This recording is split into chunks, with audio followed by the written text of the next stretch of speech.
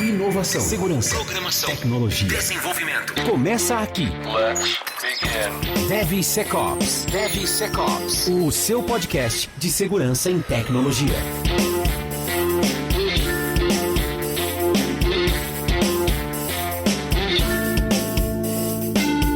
Fala pessoal, tudo bem com vocês? Sejam muito bem-vindos a mais um episódio do DevSecOps Podcast. Esse é o episódio número 15 da nossa segunda temporada, sempre muito bom lembrar. Eu sou Cássio Pereira. E eu sou Marcos Santos. E no episódio de hoje você vai ouvir sobre WAF, Web Application Firewall. Já comecei dando risada já. Web Application Firewall, o que é, para que serve, e a piadinha do WAF é porque eu estou aprendendo polonês, e no polonês todo W tem som de V, jamais som de U, como no português, por isso WAF, mas na verdade é o WAF, Web Application Firewall. Fala aí, Marcos. É, cara, o polonês tá vindo aí pra ajudar a gente, né? O famoso WAF. É isso aí. Mas no Brasil é bem conhecido e muito conhecido como WAF de Web Application Firewall, né? A gente vai entender um pouquinho o que é isso, fazer uma discussão aí, umas perguntas que o Marco preparou pra gente. E a ideia é a gente tentar desmistificar desmistificar algumas mentiras, algumas verdades, enfim, acerca aí dessa ferramenta muito bacana, entender para que serve. Bom, episódio 15, vamos lá, Marcão, manda aí, tem pergunta para nós? Tem a primeira. Manda. O que é um WAF? Essa Caralho. Tem que começar por aí, senão não tem graça. Essa podia ser a última, né, fazer invertido de trás para frente. Não, aí não vai ter graça nenhuma, ninguém vai entender nada, tem que ver o áudio ao contrário. Boa. Disco da Xuxa. Você ouviu o áudio ao contrário? Você ouviu o podcast ao contrário? Será que tem demônio no podcast ao contrário? Olha que vão testar, hein? Não duvido. Vamos ver. Enfim, respondendo a pergunta, o que é um WAF, o que é um WAF? Como o nome já diz, né? Web Application Firewall, ele é um firewall de aplicações web. Pronto, resolvido, acabou o podcast. Pronto, acabou. Falou. Tchau, Valeu. até amanhã, gente. Ele, brincadeiras à parte, né? Ele é um firewall de aplicações web, basicamente um software que fica na frente da sua aplicação web, da sua API, do seu site, do seu e-commerce, enfim. Então ele é uma ferramenta de proteção, ele fica ali fazendo um firewall mesmo, analisando todas as requisições que chegam para sua aplicação, requisições HTTP e HTTPS, óbvio. Mas ele analisa todas as requisições em busca, né, verificando ali se tem algum payload malicioso, alguma requisição maliciosa, algo ali que possa ser uma assinatura de um ataque, né? Então tem vários tipos, a gente pode dar alguns exemplos aí ao longo do episódio, mas basicamente é uma ferramenta de proteção de aplicações web, seja um API, seja um site, seja um e-commerce inteiro, enfim. Não importa, ele está lá para te proteger, evitar que você seja atacado. Simples assim. Bem simples. Bem tranquilo. Tranquilo. Próximo. Não, calma, vamos com calma. O episódio começou agora. Tem alguns minutinhos. Vamos com calma. Eu estou ansioso. Claramente dá pra perceber isso. Não tenha dúvidas. Cara, uma pergunta assim que com certeza vai surgir e que é uma dúvida também. O que o WAF interfere dentro de um IaaS ou dentro de um DAST? Como que funciona essa integração dos dois? Ou dos três? Não sei. Muito boa. Pegando a ordem do que você falou, no IAST, de fato, não tem muita relação. Porque, para quem não conhece, né, o IAST é o Interactive Application Security Testing, que é uma ferramenta que vai funcionar para buscar, na verdade, ele intercepta requisições da sua aplicação, que estão sendo feitas na sua aplicação, para te mostrar vulnerabilidades. Então, se ele intercepta, normalmente ele está no modo passivo. Então, ele é um agente no seu servidor web que intercepta as requisições que chegam na sua aplicação e busca vulnerabilidades, etc.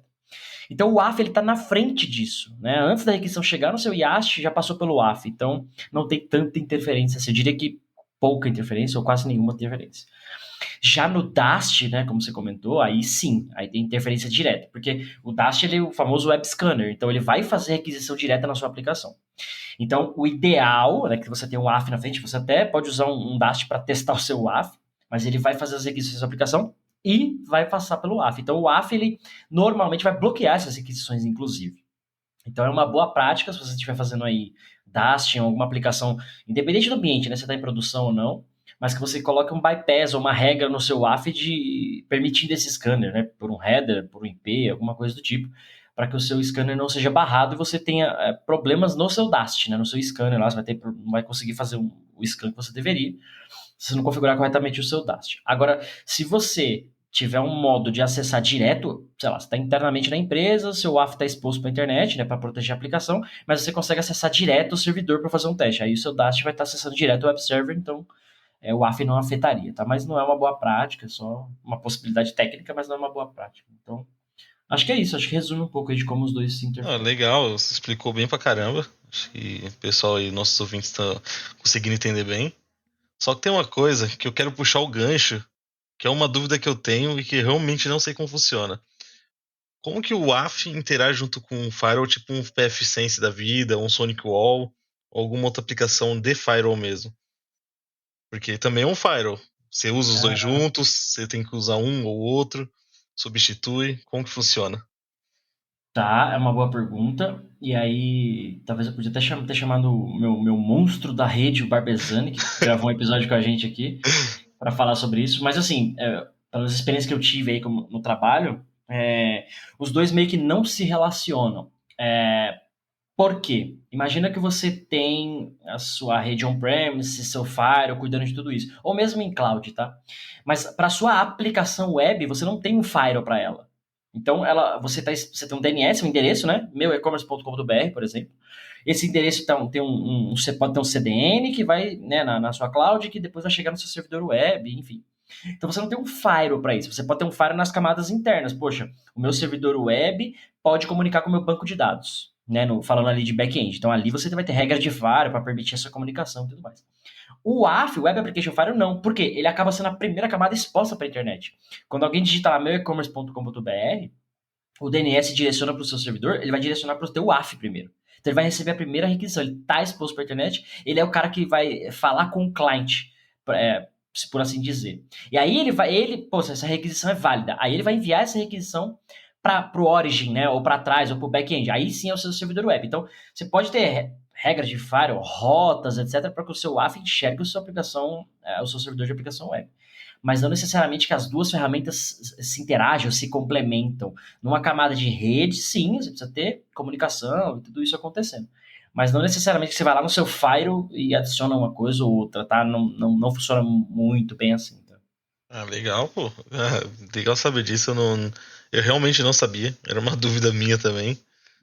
Mas é bom entender essa parte aí do WAF também. Sim, às vezes é uma dúvida que a galera tem e, tipo, poxa, como é que o Firewall trabalha? Ele trabalha em camada de rede e tal, ele é um outro nível, né? O WAF, ele já também é outra camada 7 o WAF, né? Camada de aplicação. Então, ele tá muito diretamente ligado tanto que o WAF praticamente é software, existem hardwares também, mas praticamente software, onde ele tá diretamente ligado na aplicação lá na frente, na cloud e tal.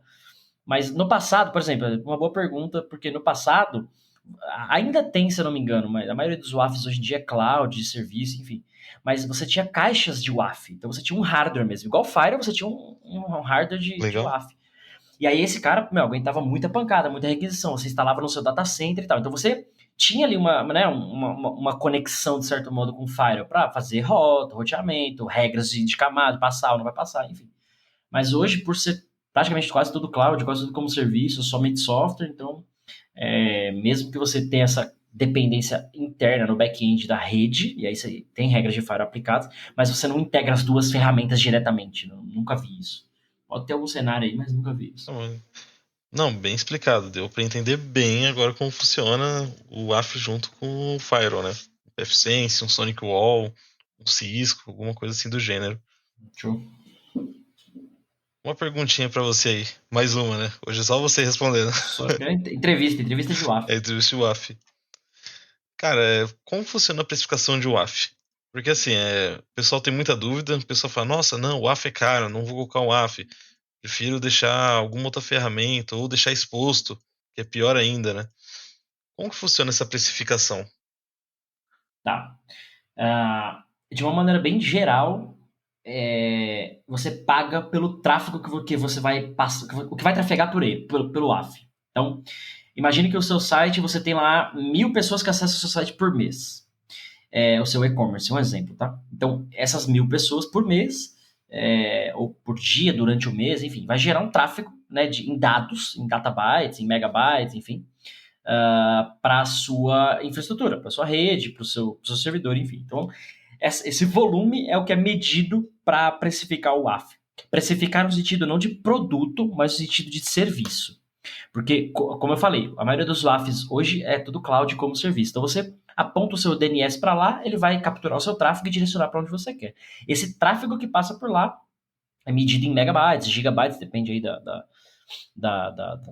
volume, né, da unidade, mas maioria em megabytes, então, sei lá, 100 megas por mês, 1 giga por mês, 500 megas por mês, enfim. Essa volumetria é o que vai te dar o preço. Então, eu vou te cobrar, né, os fabricantes vão falar, eu cobro tanto por cada 500 megabytes, eu cobro X por mês, enfim, tem mais ou menos essa volumetria. No passado, quando você tinha as caixas, e ainda tem umas ou outras aí, mas quando você tinha as caixas, os hardwares físicos de WAF, aí você comprava o hardware, um preço bem mais caro, e implementava isso na sua data center, na sua estrutura, e aí era o preço da caixa para aguentar o máximo de volume. Então, eu quero uma caixa que aguente, X mil requisições por segundo, por minuto, enfim. Era mais difícil até de precificar, porque às vezes você não tinha startups e tal, às vezes você não tinha volume ainda, e você, qual que eu compro, né? Então, imagina uma empresa pequena que não sabe o quanto tem de tráfego, assim. É difícil precificar. Ou startups, né? Poxa, você lançou um negócio hoje, o tráfego é 1. Amanhã estourou, viralizou o negócio, o tráfego é outro, você já derrubou sua estrutura. Então, esquema de nuvem, então para escalar é muito mais instantâneo, né? Então é muito mais fácil. Então a precificação basicamente é isso, é medida em tráfego, megabytes que você trafega aí no seu site, ou que você vai passar pelo WAF, né?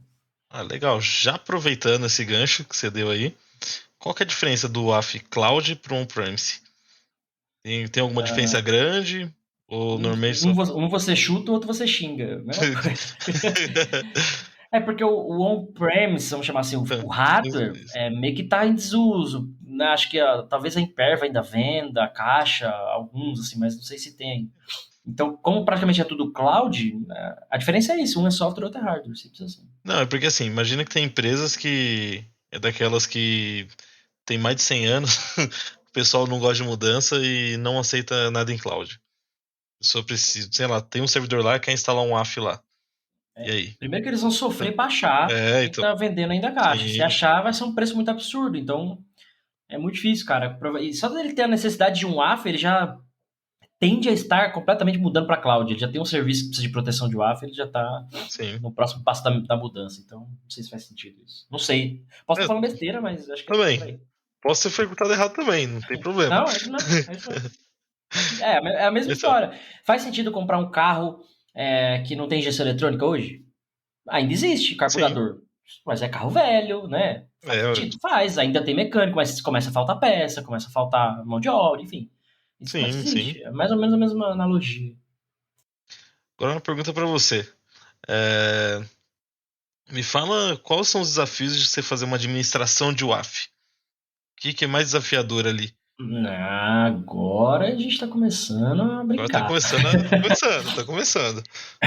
Porque assim, são muitos, mas de uma maneira geral, para chegar na resposta dessa pergunta, tem que explicar como é que é feito isso. Por exemplo, quando você implementa um WAF, ele imagina que ele é uma camada de proteção na frente da sua aplicação.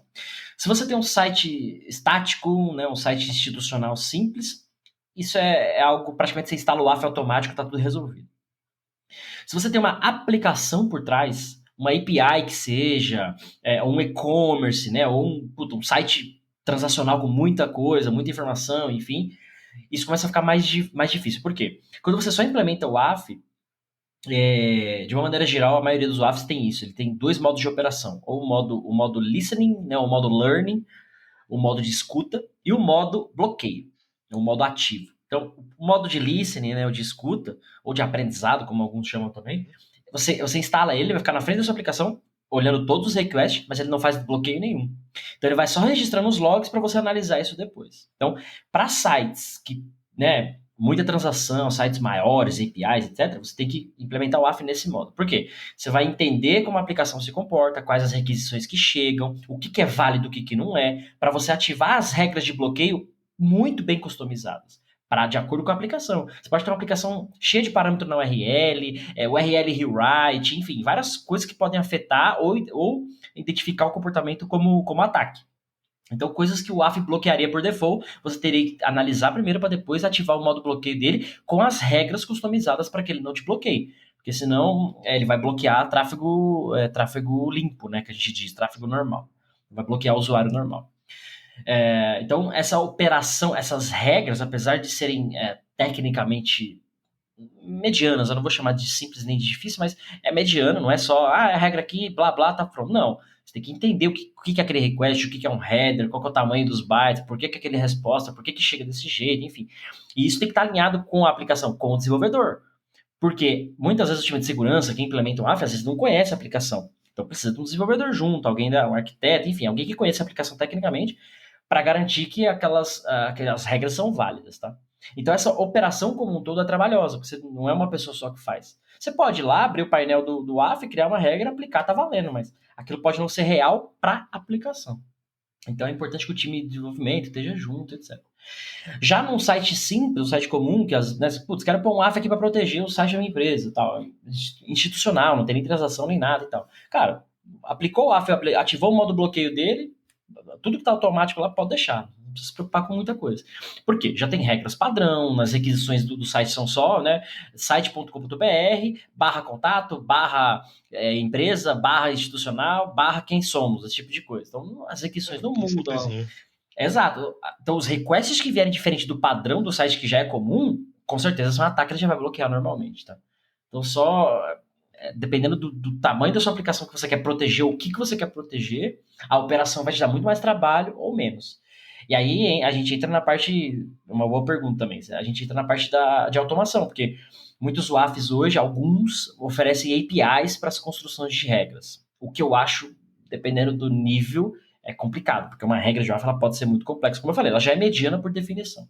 Então você construir isso por API é mais complicado, mas por que eu disse automação? Às vezes você pode ter um Dast rodando, ou mesmo um SAST que identifica algumas vulnerabilidades na sua aplicação e você pode criar uma regra automática lá no WAF. Regras simples e tal faz sentido, tá? Mas conforme mais complexo isso, mais empírico tem que ser, mais manual, mais alguém tem que atuar nisso. Precisa de alguém olhando para o AF e alguém desse security que entenda de aplicação. Não dá para pôr um cara de infra para operar, porque ele não vai saber.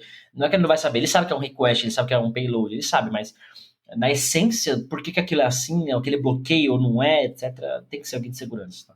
Não tem como fugir disso, e eu acho que resume a operação. Não, legal, resumiu bem e falou bonito.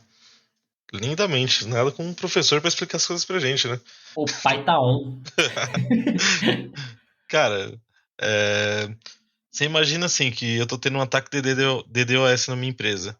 Como que o WAF se prepara com isso, assim? Eu sei que tem as regras e tudo mais, mas a partir de que momento ele detecta que é um DDoS e não um tráfego? Boa pergunta. E ela não é simples de responder, é complexa. Mas assim, vamos lá. O que é um ataque DDoS? Então, para a galera entender que está ouvindo a gente. Imagina, ao mesmo tempo, várias pessoas acessam o seu site ao mesmo tempo. Uma pessoa de São Paulo, uma pessoa do Rio de Janeiro, uma pessoa do Amazonas, uma pessoa do Pernambuco, enfim.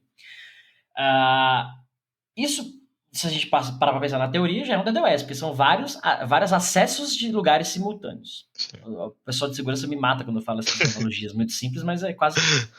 Agora, imagine muita gente fazendo isso ao mesmo tempo.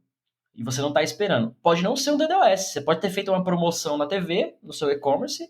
Todo mundo viu a propaganda e está acessando o seu site porque quer comprar aquele produto. O que vai acontecer com o seu site? Ele vai cair. Se ele não estiver preparado para escalar, se ele não aguentar todo esse de requisição, a aplicação não estiver preparada, ele vai cair. Então, não necessariamente foi um DDoS, foi um ataque. Mas você sofreu porque os seus recursos não aguentavam servir a quantidade de demanda que ele teve. Simples assim. Então, quando o AF por si só, a maioria deles já vem com um anti-DDoS modo, algo assim habilitado. Então, ele consegue identificar e aí precisa de dados, porque se você tem uma aplicação protegendo que por todo dia sua aplicação tem 1000 requests, e aí amanheceu, meia hora já teve aqueles 1000 requests, opa, o comportamento mudou. Então, o DDoS por si só não é só ter muito acesso.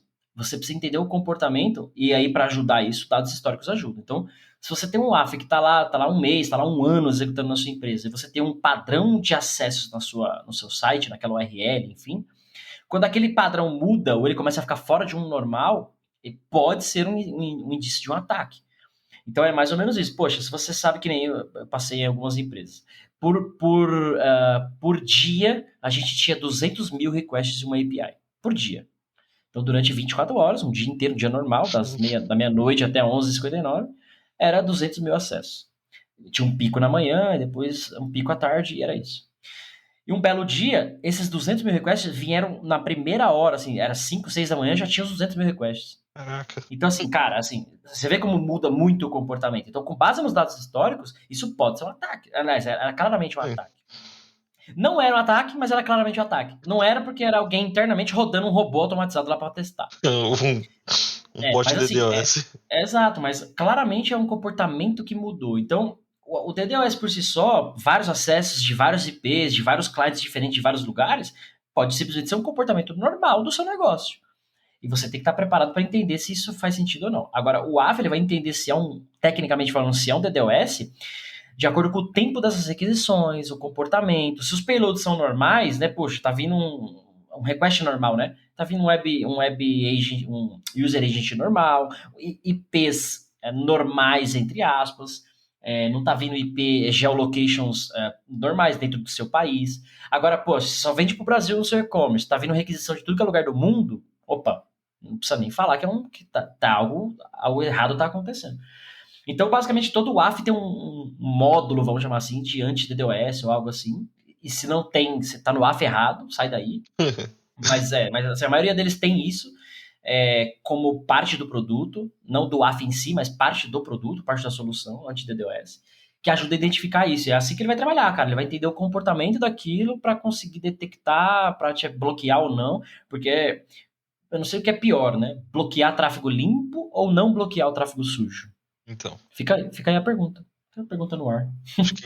Acho que isso complementa até o que você falou, né? O modo escuta ali, o modo aprendizado do AF, com o tempo ele consegue prever esses ataques, né?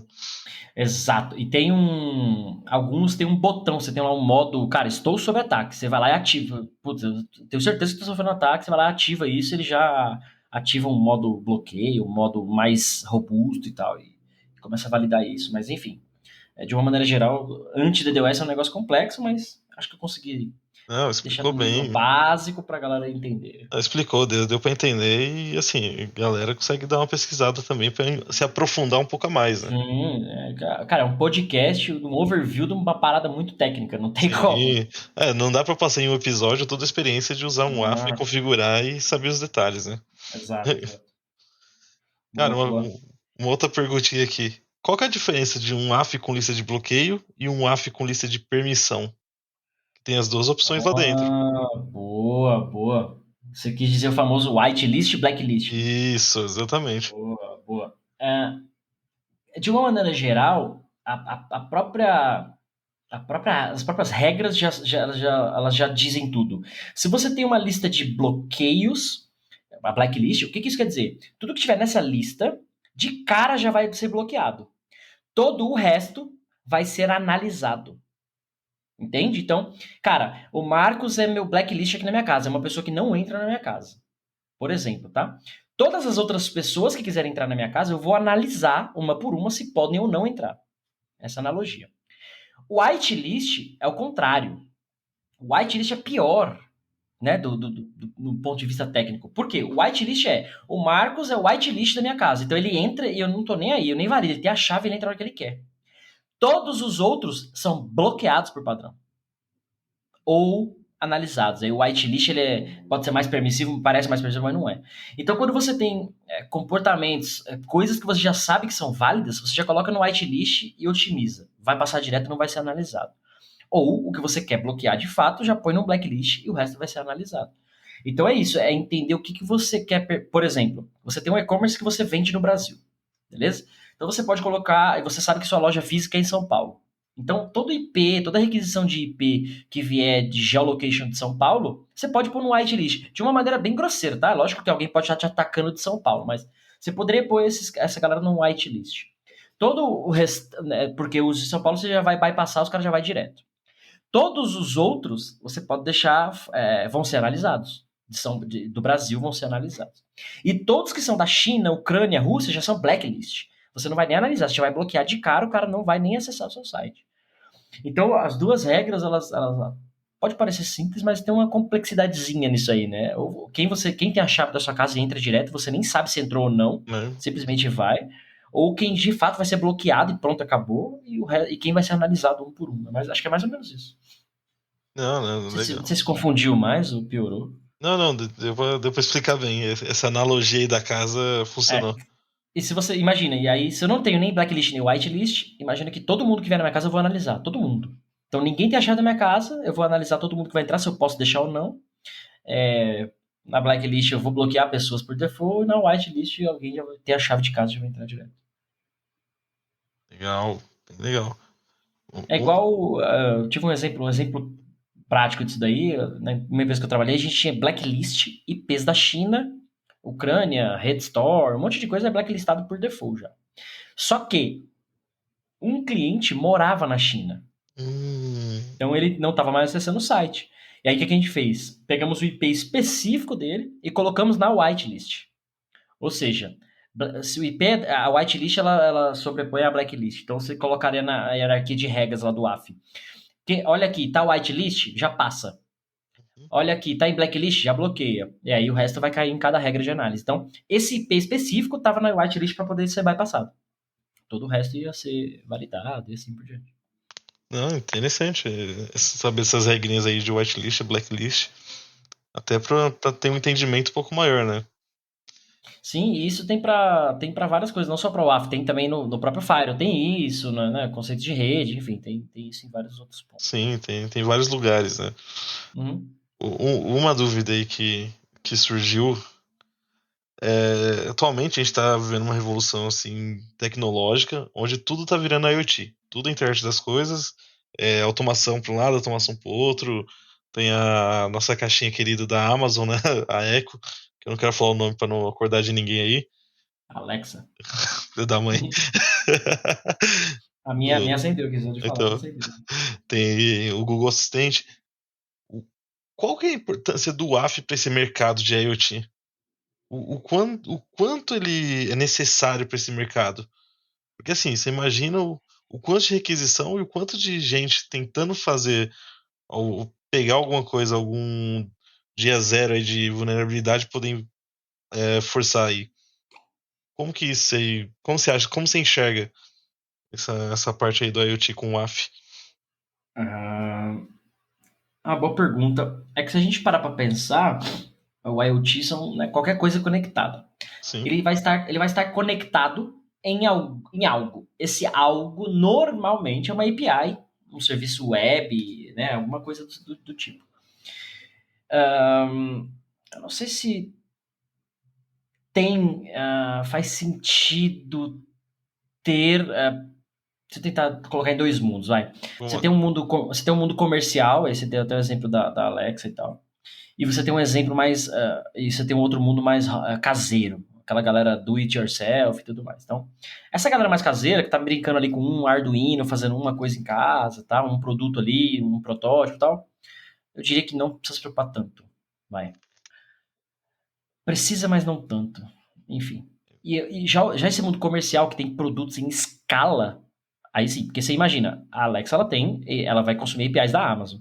Então toda vez que você pergunta para ela, por exemplo, o tempo ou uma notícia, ela, né, não está armazenada na caixinha, ela vai conectar numa API, num serviço que vai te trazer essa informação.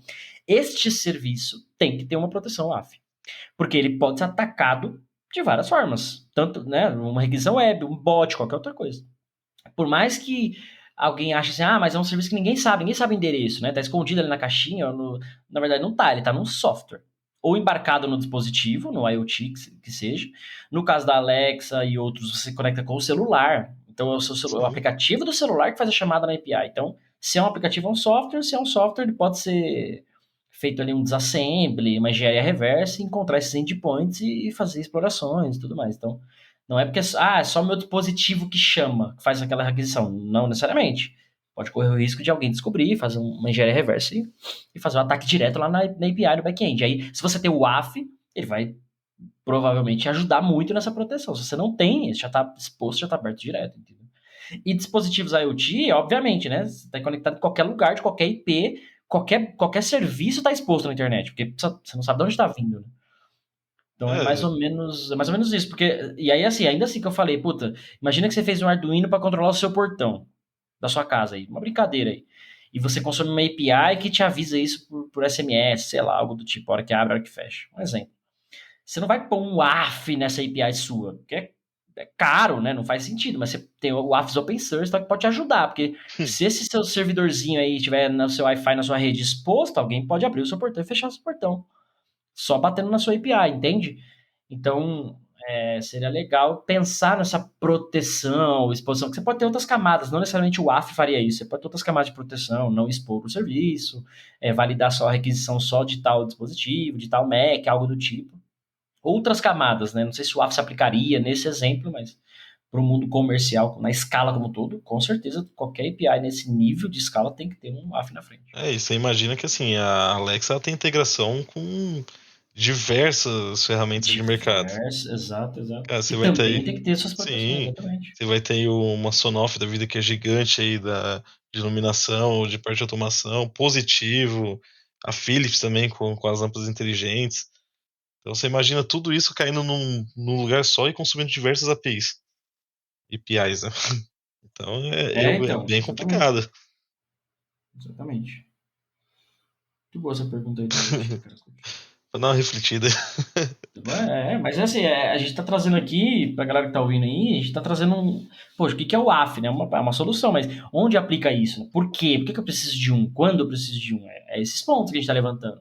É igual você parar pra pensar carro autônomo. Ele não é autônomo, alguma coisa está Sim. controlando ele. Ele é autônomo de ser humano, provavelmente, mas tem uma API, tem um software fazendo tudo aquilo. Então, essas proteções, o nível de proteção de cada um vai elevando de acordo com a criticidade daquela coisa, daquele objeto, daquele IoT ali, vamos dizer. O carro não deixa de ser um IoT, assim como sei lá, um óculos que você consegue enxergar um inteligente, ou um controle remoto, o que quer que seja. Você tem nível de criticidade que vai demandar muito mais proteção ou não. E quando você tem APIs e serviços em escala nesse nível, você tem que ter, com certeza, o WAF, dentre outras coisas. Sim, você pega o Tesla recebe atualização via cloud.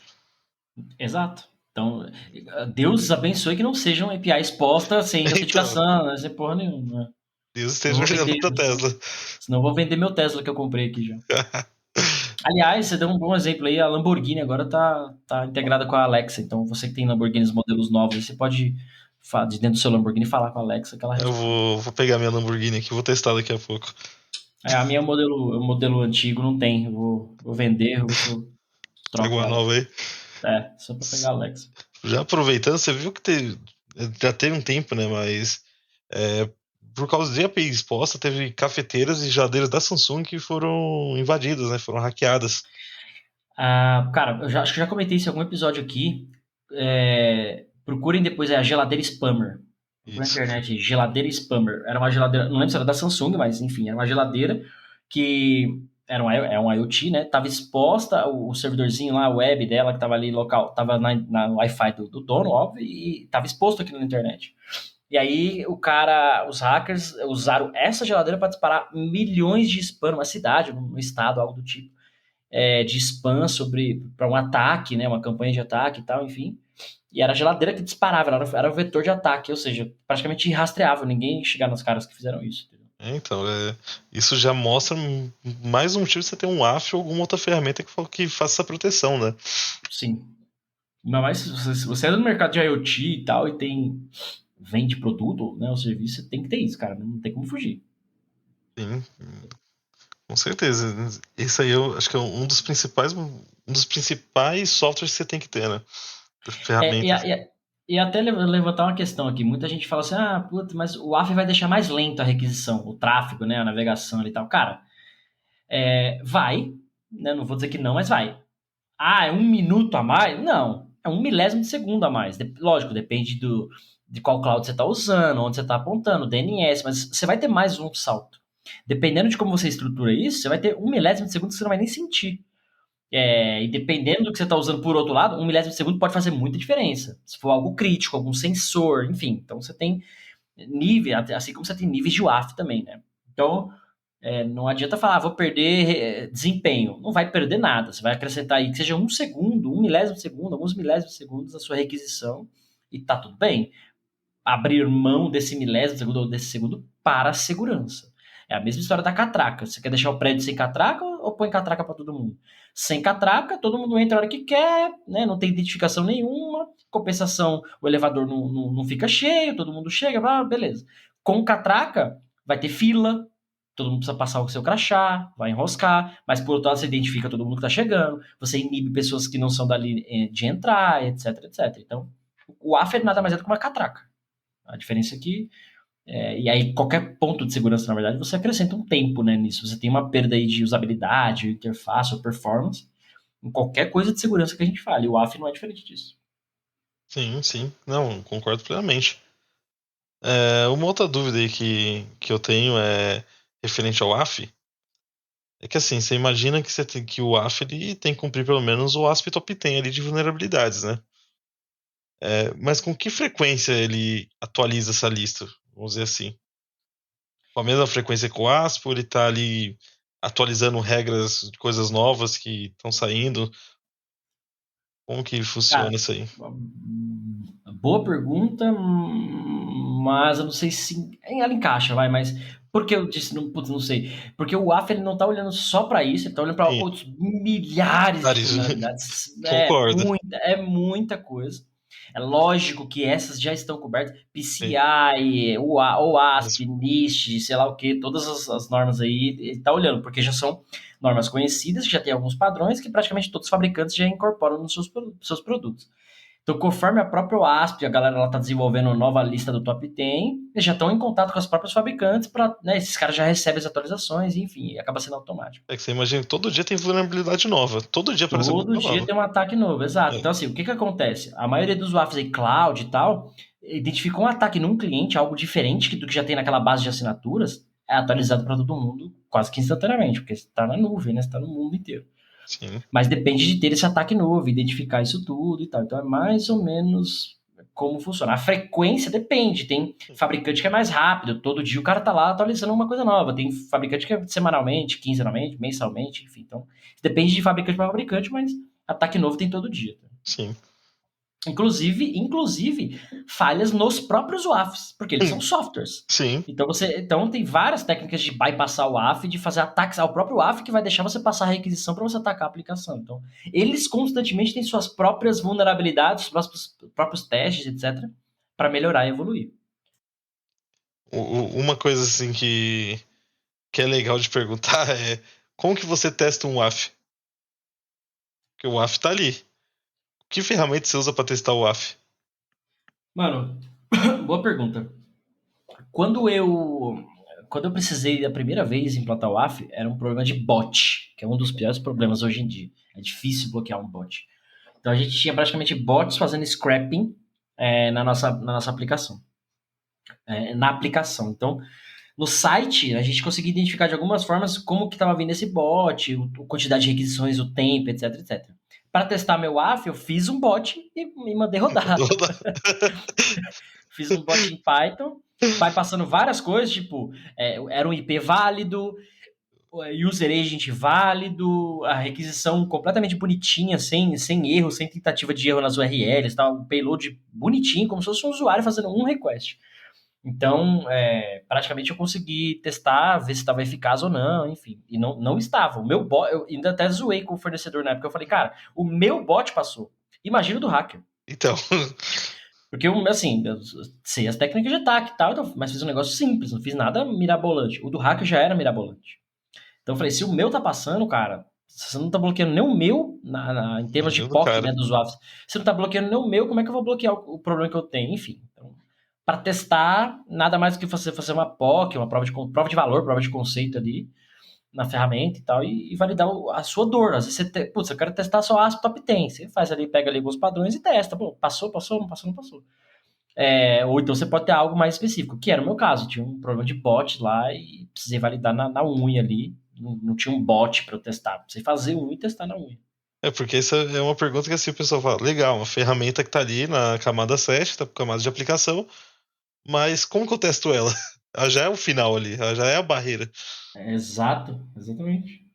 E até assim, o próprio modo de aprendizado que eu falei, ele serve para isso, porque você bota ele lá e, cara, captura tudo que vai chegar. Esses logs, esses registros, aí você vai criar as regras baseadas nisso. Você vai olhar e falar, putz, isso aqui eu não quero, isso aqui eu não quero, isso aqui eu não quero, isso aqui é tráfego limpo, isso aqui é tráfego sujo, enfim. E aí você cria as regras com base nisso. E aí já tá praticamente ali testado, vamos dizer assim. Se você pegou esses logs, criou as regras e ele não tá validando, aí você tem um problema grande, mas esse modo já serviria para isso, de certa maneira. Não, legal, bacana. Interessante saber desse seu caso aí de criar um bot para testar o seu WAF. Eu tinha um problema de bot, É seu jeito. bot. Fazer o quê? É a vida. Fazer o quê? É a vida. Cara, eu deixei 2 perguntinhas aqui mais pro finalzinho, que são 2 perguntas bem legais. A primeira é: quais os melhores WAFs do mercado, assim, na sua opinião, tá? Não precisa seguir nenhuma lista nem nada. Mas na sua experiência, quais são os melhores WAFs que você viu, testou aí no mercado? Mano, é foda falar de tecnologia porque eu sou muito. Como é que eu posso dizer? Eu tento ser o mais agnóstico possível, apesar de várias delas se destacarem. Eu falo muito isso de SAST, do Checkmarx, por exemplo. Falo muito isso de linguagem de programação que eu já trabalhei, enfim. Mas é aquela história, cada um se aplica num cenário, depende do ambiente, depende de cada aplicação, etc, etc, etc. Então, dos que eu validei,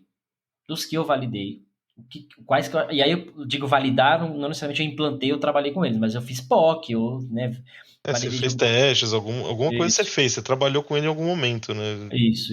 Algum sentido.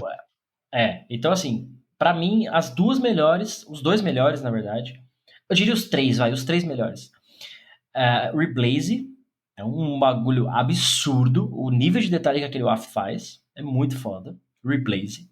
Imperva, que é o mais conhecido de mercado, talvez, que a galera conheça, o Imperva. E o próprio WAF nativo da AWS. A AWS tem um WAF nativo lá. São os 3 melhores que eu validei. Tá? Outros que eu validei não tá no meu top 3. Que eu nem diria que são WAFs de fato. Akamai e Cloudflare, que são CDNs e tal, mas eles têm um serviço de WAF junto, embutido, enfim. Não são ruins, não tô falando que são ruins, mas não são melhores que esses outros 3. E também o F5. O F5 na época chamava Silverlight ou Silver alguma coisa, mas o F5 é o mais conhecido. Que se eu não me engano eles juntaram agora com a Nginx, ou compraram a Nginx, ou vice-versa, enfim, então tá um produto embutido. Pode ter evoluído bastante, mas pelo menos a última vez que eu validei não estava nesse nível desses 3 aí que eu falei. E o do Azure também, do Windows Azure, também tem um nível de proteção legal lá, mais ou menos parecido com o da Amazon. Porque você tem um nível de... como você está com seus recursos na cloud, você ativa o seu WAF para cada recurso, cria algumas regras. Tinha umas limitações de regras e tal, mas o fato de você estar ali, direto em cada recurso, ajudava muito, muito, muito, muito. Então, para operação, eu acho que isso vale a pena na contagem de uma escolha de WAF e tudo mais. Mas uma plataforma enterprise como um todo, cara, Reblaze e Imperva estão no topo aí. No top aí, né? Minha opinião. Se Não, você é da Akamai e tá ouvindo, caguei. Se você é da Amazon tá ouvindo, foda-se. É a minha opinião. Minha opinião é o que eu acho. Exatamente. É a sua opinião. Eu fui bem explícito na minha pergunta. Não é lista de mercado, é nada. Sua opinião, se olhar o quadrante mágico do Gartner lá e tal, aí você vai ter talvez umas respostas bem mais aferidas que a minha. Eu tô falando de vivência prática, tá? Sim. Eu gostei de usar, trabalhar. Mas deve ter a lista do Gartner lá e tal, enfim. Quando você faz outra pergunta, eu vou ver se eu acho aqui. Não, legal. E é o que acontece no mercado, né? Normalmente alguém pergunta, cara, você trabalhou com algum AF? O que você acha? Qual que você gostou mais? Normalmente é assim que funciona também, né? Então, se tá no top 2 é porque, assim, o mercado em si acaba indicando um pro outro, né? Exato, não tem como fugir disso. Não tem muito como fugir disso. É tanto que se você for olhar, tô olhando o quadrante mágico aqui, ó. Lá nos líderes, olha só, tá o Akamai e Imperva. Imperva foi um dos que eu mencionei e o Akamai foi um dos que eu mencionei que eu não curti. Sim. Mas tá lá no líder. Eu não sei de que ano que é isso aqui, acho que é 2020, que eu tô vendo. Mas tá esses caras lá. Assim como tem Barracuda, F5 e Cloudflare também nos challenges ali, nos segundos lugares, vamos dizer assim. E são ferramentas que você não curtiu tanto. Mas faz parte. A minha experiência foi diferente, exatamente. Cara, uma pergunta assim pra fechar com chave de ouro. E eu sei que você vai curtir responder pra caramba. Boa, manda. Que tipo de serviço é compatível com o WAF? Tipo de serviço? Como assim? Não entendi. Vamos supor assim. Que tipo de aplicação é compatível com o WAF? Melhor dizendo. Ah, tá. Cara, se você parar, tecnicamente falando, qualquer aplicação web. Ponto. Ponto. Ponto final. Mas é aquela história. Qual eu devo, por quando eu preciso de um AF ou não? Sim. Se você está numa startup, se você tem grande volumetria, se você tem muita transacional e tal, cara, é obrigatório. Ah, você tem um site institucional, né? Até ali, uma página de contato, um domínio e tal, mas você é uma empresa grande. Então, por que você tem que ter um AF? Porque você tem que se preocupar com a sua imagem. Então, por mais que você não tenha uma transação acontecendo ali, se alguém invade o servidor lá da sua aplicação, do seu site e picha a sua página e tal, isso vai danificar a sua imagem como empresa, Sim, né? com Então, certeza. demanda de uma certa proteção ali. Se você é uma empresa pequena, tá, né, não tem tudo isso, só esse site institucional não precisa. Mas se você tem uma aplicação web, um serviço, uma API, algo que você expõe, que trafega dados sensível, ou que tem transação crítica, pagamento, algo do tipo, cara, tem que ter. Minha visão tem que ter. Tecnicamente falando, qualquer aplicação web você é passível de ter um AF. Agora, quando precisa, quando não precisa, aí depende da criatividade do negócio, esse tipo de coisa. Eu, como segurança, cara, põe Tudo. tudo, foda-se. É lógico, mas assim, tem grana envolvido e tal. A grana até a segunda página, porque tem o AF open source, o Nginx tem um módulo open source de UAF, o mod security feito pela galera aí de comunidade brasileira, inclusive, brasileira se eu não me engano, para Apache, né, o mod security para Apache, então a maioria dos servidores PHP e tal, uma puta Sim. ferramenta, então dinheiro não é o problema, às vezes pode ser uma limitação, puxa, uma pessoa isso aqui não vai me ajudar, não vai me resolver, mas é alguma coisa. Como diria minha falecida mãe, é melhor pingar do que secar. Exatamente. Então, assim, para não ter nada, bota um open source, pelo menos, algo que vai te ajudar ali, um nível de proteção. E se você tem grana e não pôs um AF ainda, meu Deus do céu, o que você está fazendo? Tá fazendo Tem que errado, hein? ter. Tá fazendo errado, tem que ter. Tem que ter. E aí um complemento, mudando de assunto, Não, sim, manda aí. parte educacional, cara. Tipo, como aprende a trabalhar com a AF? Onde eu faço um curso de trabalhar com a AF? Sim. Cara, não tem. Simples assim. Nunca achei, não vi lugar nenhum. E se você que tá ouvindo isso é de alguma escola, de algum lugar aí que tem e eu tô mentindo, posta, cara. Manda aí pra gente que eu venho aqui, divulgo, enfim. Não tem um curso de. Ah, eu quero aprender o Application. Não tem. Nunca vi. Pode ter alguma coisa perdida lá no Demai, lá no Pluralsight, pode, mas de uma maneira geral não tem um curso para aprender com isso. Você vai aprender na raça, na vida, ou se você der sorte de estar numa empresa que vai comprar e tal, você pode ter um treinamento ali do fabricante, esse tipo de coisa, documentação e tal. Mas você não tem um treinamento, o que é o AF, o que é uma regra, o que é um payload, como vem, como vai e tal. É muito difícil, cara. Vou botar uma proposta mais legal. Donos de escola que tem o curso ou que não tenha, contrate o Cássio, ele faz o curso. Contrata, a gente monta o curso para você, faz tudo. Exatamente, a gente monta o curso aí, não Faz tem tudo. problema. Implanta o seu AF se você quiser, não tem problema. Então. Que, aliás foi eu tive um dos partos de ouriço da minha vida foi implantar o AF numa das empresas que eu trabalhei, cara. Eu passei um ano praticamente e não implantava. Por N problemas. Olha só, um ano, cara, quase eu não implantei. Por N problemas. Principalmente do lado da aplicação. A aplicação era tão cagada, mas tão cagada. Chamava uma coisa que chamava outra, assim, tanta Nossa, gambiarra que qualquer coisa que você implementasse na frente cagava a cadeia de conexão da requisição para a aplicação para trás. caraca. Então, cara, assim, foi um parto. Eu comecei a ficar assim, cara, será que eu sou burro? Será que eu tô fazendo errado? E assim, e tava o fabricante junto, assim, de tudo, cara, não funcionou. Então a aplicação, a arquitetura da aplicação influencia nisso tudo. Então você pode ter vários problemas se a sua aplicação já é cagada. Então, cuidado, né, e tal. Tem que pensar um pouquinho de estratégia na hora de implantar, na hora de escolher a própria ferramenta e tal. Enfim. E já aproveitando até que você falou aí da sua dificuldade, será que não tem nenhum AF que tem um dashboard ali com o fluxo da aplicação em si? Isso seria bem legal. Se tivesse algum, né? Eu não conheço. Então, É difícil, porque o AF ele tá na frente, ele nem tem acesso à ele não aplicação, tem sabe? acesso para trás, ele só bloqueia ali, né? Só trava. Você tem outras ferramentas que te ajudam com isso. Sim. Por exemplo, o Dast ele consegue mapear, o Yast consegue mapear. Então você tem outras ferramentas que te ajudam com isso, mas o AF por si só não. Ele é a catraca do seu prédio. Não tem. Ele é a catraquinha do seu prédio. Ele não vai enxergar para trás, né? Ele não sabe quantos andares tem o prédio, onde tá indo. Não sabe nada. Só sabe Pega quem a vai entrar ou não requisição, vai. valida e manda. Exato, exatamente. Cara, Acabou a pergunta? Minhas perguntinhas acabaram. Tinha uma aqui, mas você respondeu já no começo.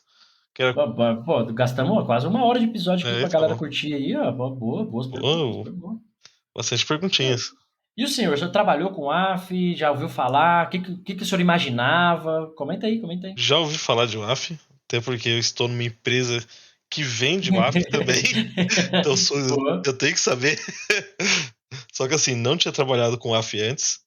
Até eu contei no episódio anterior da experiência lá da empresa, que teve o site invadido e o cara mandou trocar de servidor, mandou hospedar em outro lugar. Então, Boa solução. é uma ótima solução. Não tem WAF, SASH, nada. Troca de hospedagem em outro lugar. Ponto. Então eu não tive experiência com WAF até o momento. Agora que eu tô começando a entender um pouco melhor, tô até com você aqui, depois dessa aula que você deu aqui, entendendo muito mais do que eu entendia no começo do episódio. Então, assim, espero que seja uma experiência boa, porque ainda não implantei nenhum, não fiz nenhuma POC. Bom você ter colocado isso, porque eu não preciso te pagar salário pro podcast, porque cada podcast está sendo uma aula, então eu já te pago com conhecimento. Né? Ah, legal. Tchau, gente. Obrigado. Semana que vem aí tem um novo integrante aí. Carreira solo. Então, carreira solo do Cássio. Todo mundo abandonou, menos eu. Tô aqui, ó. DevSecOps.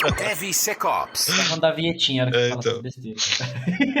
Deixa eu dar um recado pra galera aqui, ó. Manda aí. E claro, lembrando que você acompanha o DevSecOps Podcast em todas as plataformas digitais. No Amazon Music, Apple Podcasts, Castbox, Deezer, Google Podcasts, iRadio, Geo7, Podcast Addict, Podchaser, Spotify, diretamente no Spreaker e, claro, também no YouTube. YouTube, aliás, que a gente não tá fazendo vídeo, né? Tá só uma vinhetona rodando com áudio lá, precisava começar a fazer vídeo de novo. É que pra gente gravar podcast em vídeo, mostrando a cara do outro só, não tem graça. Se estivesse no estúdio, no lugar, acho que seria mais bacana. Acho que quando a gente tiver um estúdio aí, ou essa pandemia der uma melhorada, acho que fica mais legal, dá pra fazer um formato vídeo, né? Show. Se você que tá ouvindo a gente aí quiser patrocinar um estúdio e tal, a gente estamos aceitando aí. Estamos aceitando. E já aproveitando, pedir pro pessoal comentar aí as dúvidas que tiverem sobre o AF, a gente pode fazer até um episódio aí só respondendo essas dúvidas, tá, pessoal? Boa. A galera manda... É mais fácil de mandar lá no devsecospodcast@gmail.com ou lá no YouTube, vai no YouTube no episódio e comenta lá no vídeo, né? Porque aí acho que é o jeito mais fácil da gente acessar. Ou manda DM aí pra gente que a gente separa essas perguntas aí. Isso. Pode até responder na hora, mas a gente faz até um episódio aí pra responder. Vai no Instagram. O Instagram tá sempre abrindo caixinha, essas coisas lá, Sim. e aí o pessoal consegue mandar por lá. Pelo áudio, pelas plataformas de áudio não tem muito como o cara comentar. Não, é mais no YouTube e no Instagram, né? Assim, podia ter, né, cara? Olha só. Podia, é uma ideia, né? De comentário no podcast. Bom, enfim, é que a plataforma é áudio, né? Não faz sentido o cara ficar comentando a parada lá. Não, eu vou ficar mandando mensagem de áudio também. Não bate. Bom, vamos ver esse Clubhouse aí, né? De repente. Pode ser uma opção, né? Nova rede social. Porque aí o cara ouve o podcast e ele comenta com áudio. O foda é ficar escutando os áudios pra você responder. Não, foda-se, desistimos da ideia. Né? Então, já... Manda lá no comentário do vídeo e vai ser muito melhor. Facilita a nossa vida. Tecnologia. DevSecOps. Até rodar a vinhetinha. Então. Essas piadinhas engraçadas. Cara, bom, mano, fechou? Tem mais pergunta aí? Mais alguma coisa? Não, eu só queria contar uma coisa que aconteceu aí comigo. É muito íntimo ou os nossos ouvintes podem Não, né? Podem ouvir, é que assim, hoje eu vi um gato com um olho só, cara. Sério, cara? Sério. Não. Conta, como é que foi? É que eu fechei um olho pra ver ele.